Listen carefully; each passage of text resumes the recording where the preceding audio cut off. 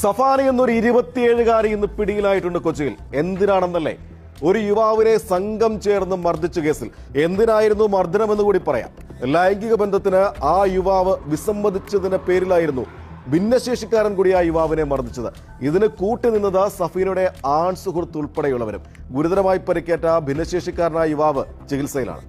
വടക്കൻ പറവൂർ കുത്തിയത്തോട് ചാലക്കക്കടവിൽ വീട്ടിൽ ഷുക്കൂർ മകൾ 27-കാരി ഷഫാന ഷുക്കൂർ, ആൺ സുഹൃത്ത് തൃപ്പൂണിത്തുറ ഇരുമ്പനമ്മനയിൽ മഠം വേണുഗോപാൽ മകൻ 32-കാരൻ അമൽ വേണുഗോപാൽ, സുഹൃത്തുക്കളായ ജോൺ രാഹുൽ, ആനന്ദ് മുരുകൻ. ഇവർ 4 പേരും ചേർന്നൊരുക്കിയ കെണിയിൽ വീണത് കൊല്ലം സ്വദേശിയായ ഭിന്നശേഷിക്കാരൻ അമൽ ദേവ്. സമൂഹ മാധ്യമം വഴിയാണ് അമൽ ദേവ് സഫാനയെ പരിചയപ്പെട്ടത്. സ്ഥിരമായി സഫാനയ്ക്ക് മെസ്സേജുകൾ അയച്ചിരുന്നു. ഒടുവിൽ ഞായറാഴ്ച വൈപ്പിനിൽ കാണാമെന്ന് അമൽ ദേവ് സഫാനയോട് പറഞ്ഞു. എന്നാൽ വൈപ്പിന് പകരം കടവന്ത്ര മനോരമ ജംഗ്ഷനിലെ ഹോട്ടലിലേക്ക് വരാൻ സഫാന അമൽ ദേവിനോട് ആവശ്യപ്പെട്ടു. ഹോട്ടലിലെത്തിയ അമൽ ദേവ് കാണുന്നത് സഫാനയുടെ ആൺ സുഹൃത്ത് അമൽ വേണുഗോപാലിനെയും ജോൺ രാഹുലിനെയും ആനന്ദ് മുരുകനെയും. സഫാനയുടെ ഫോൺ ഉപയോഗിച്ച് അമൽ വേണുഗോപാൽ ആയിരുന്നു മെസ്സേജുകൾ അയച്ചിരുന്നതെന്ന് അപ്പോഴാണ് അമൽ ദേവ് തിരിച്ചറിഞ്ഞത്. സഫാനയുമായി ലൈംഗിക ബന്ധത്തിൽ ഏർപ്പെടാൻ ഇവർ അമൽ ദേവിനെ നിർബന്ധിച്ചു. വിസമ്മതിച്ചതോടെ അമൽ ദേവിനെ ഭീഷണിപ്പെടുത്തി വിവസ്ത്രനാക്കി. തുടർന്ന് പ്രതികൾ മാറി മാറി ഇയാളുടെ മുഖത്തടിക്കുകയും മുതുകിൽ ചവിട്ടുകയും ചെയ്തു. ഇതിനിടെ ടോർച്ച് ഉപയോഗിച്ച് അമൽ ദേവിന്റെ വലത് കൈപ്പത്തിക്കും അടിച്ചു. കേൾവിശക്തിയും സംസാരശേഷിയും ഇല്ലാത്ത അമൽ ദേവിന്റെ നഗ്നദൃശ്യങ്ങളും ഇവർ പകർത്തി. ജോൺ രാഹുലിനെയും ആനന്ദ് മുരുകനെയും ആദ്യം പിടികൂടി. സഫ്നയെയും അമലിനെയും ഇന്ന് ഉച്ചയ്ക്കാണ് വരാപ്പുഴയിൽ നിന്ന് കടവന്ത്ര പോലീസ് അറസ്റ്റ് ചെയ്തത്. ഇവരെ ചോദ്യം ചെയ്തതോടെയാണ് ഈ ആസൂത്രണത്തിന്റെ ചുരുളഴിഞ്ഞത്. ഇരുവരും കാക്കനാട് വാഴക്കാലയിലെ വേഴ്സസ് ലോഡ്ജിൽ ഒളിവിൽ കഴിയുകയായിരുന്നു. സഫ്നയുടെ ഫോൺ ഉപയോഗിച്ച് അമലായിരുന്നു ഈ ഭിന്നശേഷിക്കാരനായ അമൽ ദേവിന് തുടർച്ചയായി മെസ്സേജുകൾ അയച്ചുകൊണ്ടിരുന്നത്. അന്ന് 22-ാം തീയതി രാത്രിയിൽ ആ ഹോട്ടലിലേക്ക് വരാനും അമൽ തന്നെയായിരുന്നു സഫ്നയുടെ ഫോണിലൂടെ നിർദ്ദേശിച്ചത്. അസ്സലാമു അലൈക്കും വറഹ്മത്തുള്ളാഹി വബറകാതുഹു. നാം കേട്ട വളരെ ദുഃഖകരമായൊരു വാർത്തയാണ്. ആത്മീയ ശുദ്ധി നേടേണ്ട ഈ പരിശുദ്ധ റമദാൻ മാസത്തിൽ മൃഗത്തെക്കാൾ അധപ്പതിച്ച ജീവിതം.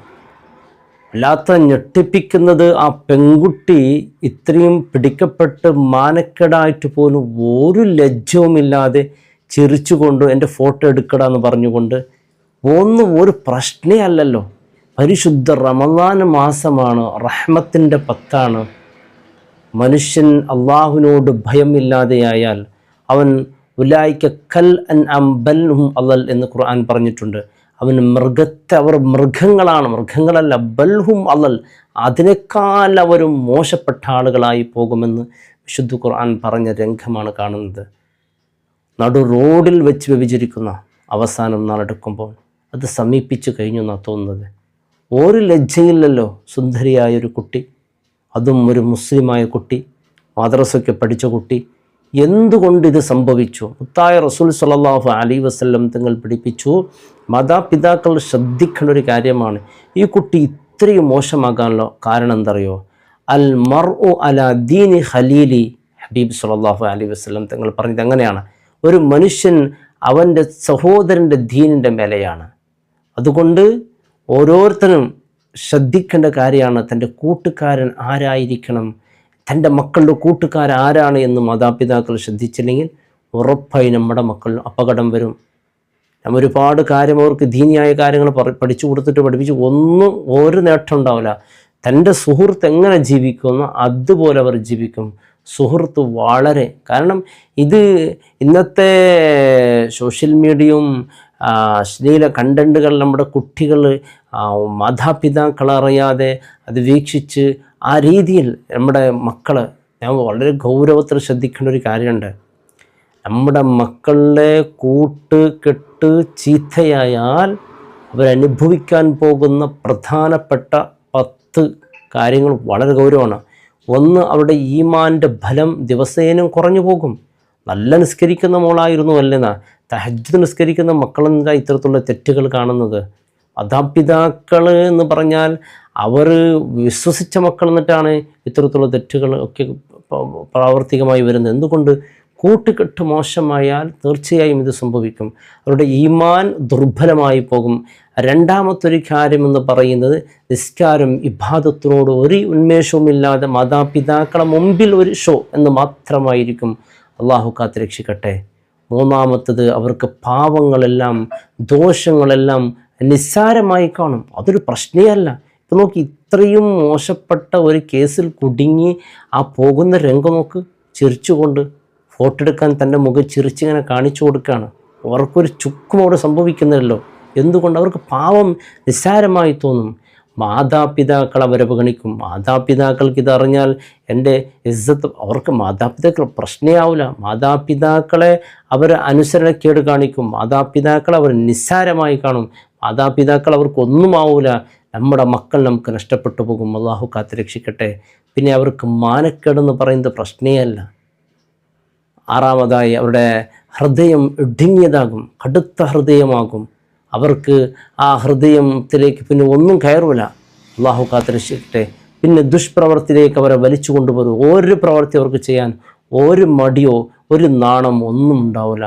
മദ്യപാനികളാകും, അശ്ലീലത്തിൻ്റെ അടിമകളാകും, എല്ലാത്തിൻ്റെ അടിമകളാകും.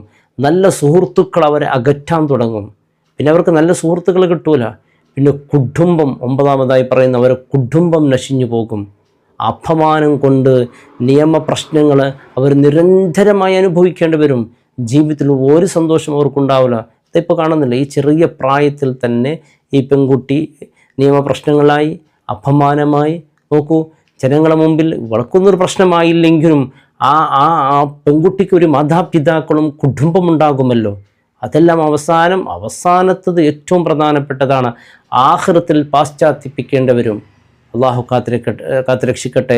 ഇത്തരത്തിലുള്ള സുഹൃത്തുക്കളോട് കൂടി ഇത്തരത്തിലുള്ള പെൺകുട്ടികൾ അവർ നാളെ പരലോകത്ത് ചെന്നെത്തിയാൽ അവർ പറയുന്ന ഒരു വാക്കുണ്ട്, യാ വൈലത്ത, യാ വൈലത്ത, ഓ എൻ്റെ നാശമേ എന്ന് പറഞ്ഞുകൊണ്ട് അവർ പറയും, ലം അത്തഖിദ് ഫുലാനൻ ഖലീല, ഞാൻ അവനെ സുഹൃത്താക്കില്ലായിരുന്നുവെങ്കിൽ എത്ര നന്നായിരുന്നു, ഞാൻ പരാജയപ്പെട്ടു പോയല്ലോ, ഞാൻ എന്തിനവനെ സുഹൃത്താക്കി തിരഞ്ഞെടുത്തു, അവനെ സുഹൃത്താക്കി തിരഞ്ഞെടുത്തുകൊണ്ട് എൻ്റെ ജീവിതം നശിഞ്ഞു പോയി എന്നുള്ളതാണ്. നമ്മുടെ ചെറുപ്രായത്തിൽ നമ്മുടെ മാതാപിതാക്കൾ തീർച്ചയായും ആ മക്കളുടെ കാര്യത്തിൽ ശ്രദ്ധ കുറവാണ്. നിസ്കരിക്കാത്ത വിഷയം ചെറുതല്ലേ, വലുതായത് നിസ്കരിക്കുമെന്നുള്ളതാണ്. ചെറുപ്രായത്തിൽ നിസ്കാരം കൊണ്ട് കൽപ്പിക്കണം. എന്തായി നിസ്കാരം കൊണ്ടുള്ള നേട്ടം? ഇന്ന സ്വലാത്ത തൻഹാ അനിൽ ഫഹ്ശാഇ വൽ മുൻകർ. നിസ്കാരം എന്നുള്ളത് ദുഷ്പ്രവർത്തികളിൽ നിന്നും അശ്ലീലതകളിൽ നിന്നും നമ്മുടെ കുട്ടികളെ തടയുമെന്നുള്ളതാണ്. ചെറുപ്രായത്തിൽ നമ്മുടെ മക്കളെ ഇത്തരത്തിലുള്ള കാര്യത്തിൽ നാം ശീലിപ്പിച്ചാൽ തീർച്ചയായും ആ മക്കൾ സ്വാലിഹ്യങ്ങളാകും എന്നുള്ളതാണ്. നിസ്കാരമുള്ള മക്കൾ സ്വാലിഹ്യങ്ങളാകും. അത് മാതാപിതാക്കൾ ആ പ്രായത്തിൽ തന്നെ കൊടുക്കണം. വലുതായതിൻ്റെ ശേഷം അവർ നിസ്കരിക്കും നന്നാകുമെന്ന് വിട്ടാൽ ഇതുപോലെ ആയിരിക്കും അവസ്ഥ. അള്ളാഹു കാത്തുരക്ഷിക്കട്ടെ. ആ മാതാപിതാക്കൾക്ക് എത്ര വലിയ ദുഃഖമായിരിക്കും. ഇവർക്കൊന്നുമല്ല, ഇവർക്കൊരു വിഷയമല്ല, ഇത് പ്രശ്നമല്ല അല്ലേ. കാരണം മാതാപിതാക്കളുടെ നിയന്ത്രണം ഇല്ലാതെയാണ് വല്ലാത്തൊരു പ്രശ്നം. പിന്നെ അമിതമായ സ്വാതന്ത്ര്യം മാതാപിതാക്കൾ നൽകുന്നതാണ്. കാരണം ഹലാൽ ഏതാണെന്നോ ഹറാം ഏതെന്നോ ഒന്നും അറിയില്ല. നമ്മുടെ ചെറുപ്രായത്തിൽ നമ്മുടെ മക്കൾ വീട്ടിൽ നിന്ന് ഞാൻ പോകുമ്പോഴൊക്കെ, സ്കൂളിൽ പോകുമ്പോഴൊക്കെ ഒതു എടുത്തുകൊണ്ട് അയക്കും. എന്തുകൊണ്ട്? ഒതുണ്ടെങ്കിൽ ഒതു മുറിയുന്ന കാര്യങ്ങൾ അന്യസ്ത്രീയുമായി പരസ്പരം തൊടൽ തന്നെ വലിയ കുറ്റമായിട്ടാണ് കണ്ടത്. നോക്കൽ, അവരെ പിന്നിൽ പോകൽ, അതുമായിട്ട് അവരുമായിട്ട് എന്തെങ്കിലും ഒരു ചെറിയൊരു ടച്ചോ എന്തെങ്കിലും സംഭവിച്ചാൽ അവർ പെട്ടെന്ന് ഗർഭിണികളാകും. പിന്നെ അങ്ങനെ ഒരു രീതിയിൽ വല്ലാത്തൊരു അത്ഭുതകരമായി നമ്മുടെ മാതാപിതാക്കൾ ഇതൊക്കെ കണ്ടിരുന്നു. ഇന്ന് മാതാപിതാക്കൾ ഒന്നിച്ചിരുന്നിട്ടാണ് സോഷ്യൽ മീഡിയയിൽ അനാവശ്യമായ വീഡിയോകൾ കാണുന്നത്. കണ്ട് മാതാപിതാക്കൾ അവർ അഭിനയിക്കുന്നതിനെ കണ്ട് അവരിങ്ങനെ പ്രോത്സാഹിപ്പിച്ചുകൊണ്ട് സംസാരിക്കും. അപ്പോൾ ആ മക്കൾക്ക് തോന്നും, ഇതുപോലെ ഞാനായാലും എനിക്കും ഒരുപാട് പ്രശംസ കിട്ടുമല്ലോ, എന്നെയും ഒരുപാട് വീടുകൾ ഇങ്ങനെ പുകഴ്ത്തി പറയുമല്ലോ. ഇതിനൊക്കെ നിസ്സാരമായി വീട്ടിൽ നാം കാണും. നിസ്സാരമായി കാണുമ്പോൾ അവർക്ക് തോന്നും ഇതൊരു പ്രശ്നമല്ല, എൻ്റെ ഉപ്പയും ഉമ്മയുമാണ് അവർക്ക് ചെറുപ്രായത്തിൽ ഏറ്റവും വലിയ വിഷയം. അവർ തന്നെ ഇത് നിസ്സാരമായി കാണുമ്പോൾ ഒന്നുമല്ലാതെയായി പോകും. പിന്നെ ചീത്ത കൂട്ടുകെട്ട് കിട്ടിയാൽ പിന്നെ എത്ര വലിയ സ്വാലിഹായ മാതാപിതാക്കളുടെ മക്കളാണെങ്കിൽ ഒരിക്കലും രക്ഷപ്പെടുകയില്ല.